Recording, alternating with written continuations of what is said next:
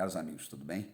Estou eu aqui de volta com a Reciclagem Democrática. Queria agradecer a você que foi lá no meu canal, se inscreveu, você que está lá participando, dando as suas opiniões. Pô, se você ainda não fez isso, vai lá e faça, vai ajudar bastante este canal. E eu queria trazer uma novidade para vocês. Eu, Renato Serra e o Miguel Veiga estamos lançando o Mais Que I Podcast, que é um podcast voltado aí para o empreendedorismo, para que as pessoas possam estar falando de suas experiências no mundo de negócios. Ele acontece toda segunda-feira às 18 horas. Eu vou deixar o canal aqui nos comentários, tá certo? Então eu conto com você, você que gosta, quer empreender, já empreende, quer alguma experiência, quer ouvir pessoas aí que têm sucesso, que estão batalhando aí para chegar a algum lugar. Bom, é lá o canal que você vai assistir isso. Bom, dito isso, vamos então aos principais assuntos da semana.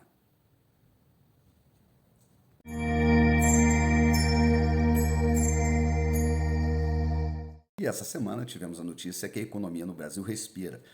Então, o governo acertou nas previsões do crescimento do PIB, embora parte dos analistas econômicos aí da velha imprensa tenha feito uma torcida contra, mas a previsão se confirmou, o que mostra uma retomada lenta, né, da atividade econômica, porém a gente tem que lembrar que saímos aí de um período de pandemia, né? Nós tivemos aí a valorização recorde da moeda real entre as outras moedas do mundo, isso é muito importante, e também uma queda da taxa do desemprego, que está aí na casa dos 10%, retomando a números aí de 8 anos atrás. Bom, nós estamos aí com esse fenômeno, que não, infelizmente nem tudo é boa notícia. Nós temos aí uma inflação alta, né, uma inflação mundial, que ela decorre também consequência da quebra das cadeias produtivas devido à pandemia e também da guerra da Ucrânia, que tem aumentado aí o preço de insumos energéticos como combustíveis e gás, que são exportados pela Rússia, né? E a Rússia agora está com embargos econômicos e tal, não pode fazer mais essas importações para o Ocidente, e também pela própria reação da Rússia lá, cortando o abastecimento e fornecimento de algum desses insumos para alguns países, então, como o processo de retaliação. E isso impacta diretamente o combustível, né, e a energia no mundo inteiro. É óbvio que isso, por si só, tem que fazer o governo agir, né? E essa semana nós vimos lá o Roberto Campos Neto, que é o presidente do Banco Central, indo a uma sabatina no Congresso exatamente para falar a respeito disso, né?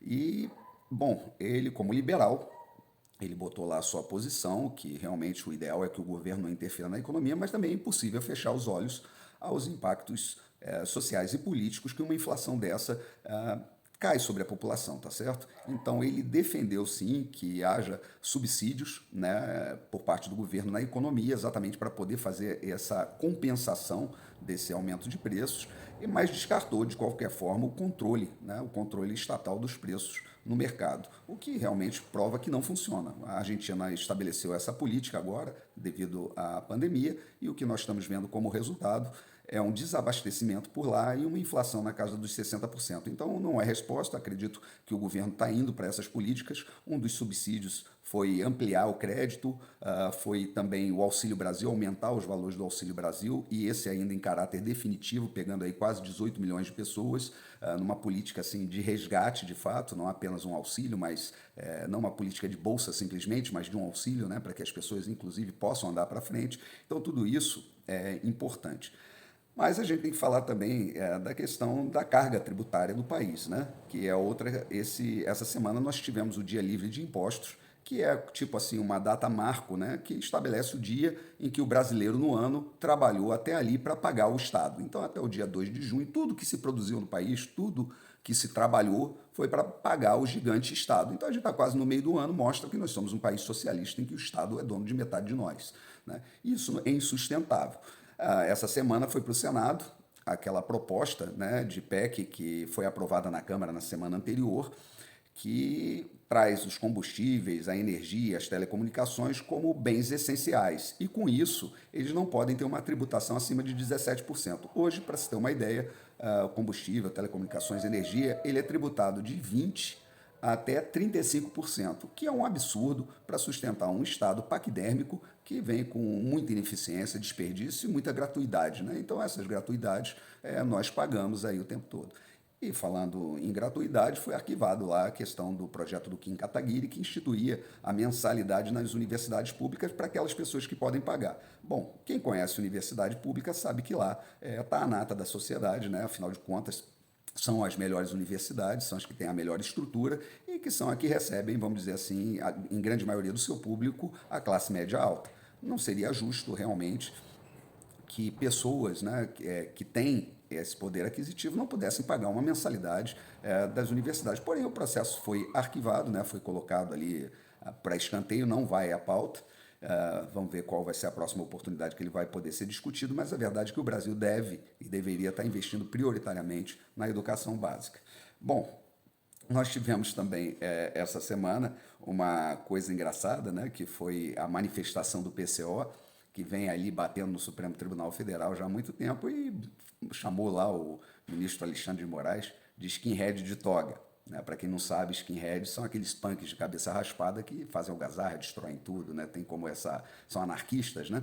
E acusando de ditador, de censor e tal. E o que o ministro fez, ao invés dele ir lá na justiça, fazer uma denúncia ao Ministério Público para que se abrisse um inquérito, pedir a cassação do partido no TSE, pedir alguma reparação, ele fez o seguinte, ele comprovou o que o PCO falou, né, em relação à sua personalidade, e foi lá e incluiu o PCO naquele inquérito do fim do mundo, inquérito das fake news, que é uma coisa que ele tem controle absoluto, né? E ele faz o que quer ali dentro, não tem que responder a ninguém, então mostrando de fato que ele é um ditador. E além disso, né, ele foi lá e pediu que derrubassem a página, as redes sociais e tal do PCO, mostrando que ele é um censor. Então o que o PCO fez foi apenas denunciar e ele comprovou com atos exatamente o que ele faz. Mas ele justificou lá que eram ataques contra a instituição, ou seja, criticar o ministro que está fazendo todo tipo de abuso de autoridade na verdade, atacar as instituições democráticas. Ou seja, será que se o ministro Alexandre de Moraes um dia falecer, as instituições vão com ele? É uma coisa a se pensar. Bom, ainda essa semana nós vimos ali o Lula de jatinho privado, né, indo lá para uma reunião do Partidão no Rio Grande do Sul. Obviamente o jatinho deve ser de um amigo dele. Chegando lá nessa reunião fechada, lá no auditório, todos ali de vermelho, né, uma bandeira do Brasil. Quando foi tocar o hino do Rio Grande, né, afinal de contas, estava recepcionando aquela comitiva e aquele evento, muitas pessoas ali na plateia começaram o coro de hino racista. E isso não foi só isso, quer dizer, coisas assim constrangedoras, mas o próprio presidente foi lá discursar mais uma vez a favor do controle social da mídia, né, da regulação dos meios de comunicação, inclusive das redes sociais. É óbvio que há vários argumentos com relação a isso, mas onde o Estado mete a mão para regular, você deve tomar um cuidado danado, porque o Estado costuma exatamente exacerbar as suas competências e, obviamente, a intenção ali é perseguir de forma radical a opinião dissonante, isso não tem a dúvida. Também foi lá criticar a questão das armas, do massacre que as armas promovem no Brasil, que vai diametralmente contra o que a gente está vendo. Nós tivemos a menor taxa de letalidade por armas de fogo do ano passado, e esse ano está se repetindo esse número até o momento, e sendo que houve assim, uma ampliação do uso das armas de fogo no país, de licenciamentos de compras de armas de fogo, que não é isso, não há uma relação com relação a isso. Foi interessante porque essa semana também o portal de notícia UOL, Folha e tal, falaram lá que numa pesquisa os brasileiros não acreditam que estar com arma melhora a segurança pública. Não, de fato, estar com uma arma não melhora a segurança pública, melhora a segurança pessoal de quem as tem, tá certo?